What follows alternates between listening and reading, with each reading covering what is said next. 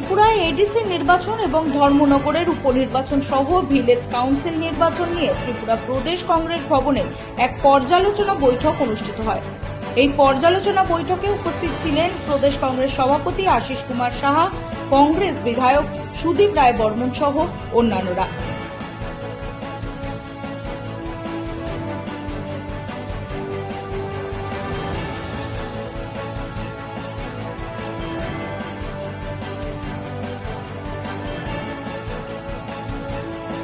সমাপ্ত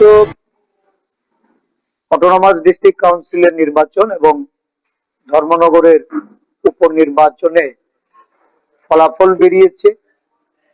দলীয় পর্যায়ে এই ফলাফল পর্যালোচনা ও এর উপর বিশ্লেষণ করে একটা নির্দিষ্ট রোডম্যাপ তৈরি করার লক্ষ্যে আমাদের সমস্ত যারা প্রতিদ্বন্দ্বিতায় ছিলেন উপনির্বাচন ও এডিসি আসনে যারা জাতীয় কংগ্রেস দলের প্রার্থী ছিলেন এবং আমাদের বিভিন্ন আসনে প্রভারী হিসাবে যারা নিযুক্ত ছিলেন তাদেরকে আমন্ত্রণ জানানো হয়েছে।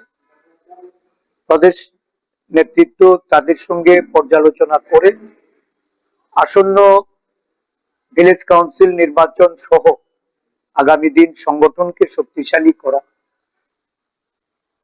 সমস্ত রাজ্য জুড়ে যে সাংগঠনিক দিক থেকে আমাদের দিন দিন যে সংগঠন বৃদ্ধি পাচ্ছে, সংগঠনের চেহারায় একটা গুণগত পরিবর্তন আসছে।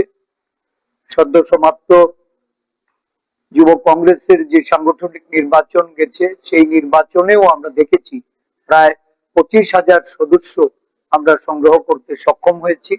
তো স্বাভাবিকভাবেই আমাদের এই সাংগঠনিক তৎপরতা এটাকে আরো বৃদ্ধি করা, দেশের সার্বিক পরিস্থিতিতে বিভিন্ন রাজ্যে রাজ্যে আমাদের কংগ্রেস দল আন্দোলনমুখী হচ্ছে, বিভিন্ন জনস্বার্থ সম্মিলিত বিষয়ে কংগ্রেস দলের জাতীয় নেতা রাহুল গান্ধী, আমাদের দলের সর্বভারতীয় সভাপতি মল্লিকার্জুন খার্গেজির নেতৃত্বে যে গণ আন্দোলন মুখী হয়েছে আমাদের জাতীয় কংগ্রেস দল, আমাদের রাজ্যেও এই আন্দোলনকে ছড়িয়ে দেওয়া এবং আন্দোলনে জনগণকে সামিল করার লক্ষ্যে সংগঠনকে আরো বেশি সক্রিয় করা, এই বিষয়গুলি আজকে এখানে আলোচনা হবে এবং তার মধ্যে দিয়েই আমরা একটা পরিকল্পনা নিয়ে আগামী দিন আরো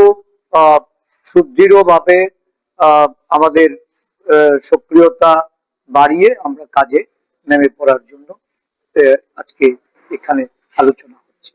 এডিসি নির্বাচনে আসলে ফল হয়নি কেন, কি কারণ?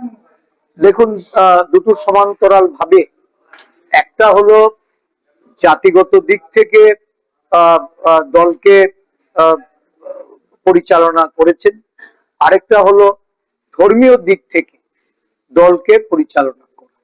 এই দুটো বিভাজন, এটা আমরা আগেও বলেছি যে এটা দিল্লি থেকেই সেট করা হয়েছে, রাজ্যে বাস্তবায়িত হয়েছে।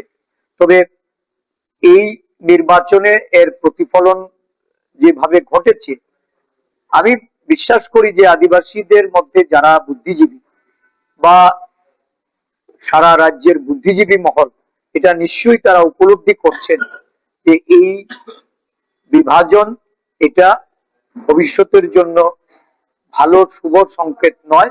এটাকে যে কোনো ভাবেই রোধ করতে হবে এবং উন্নয়নের পথে রাজ্যকে পরিচালিত করতে হবে।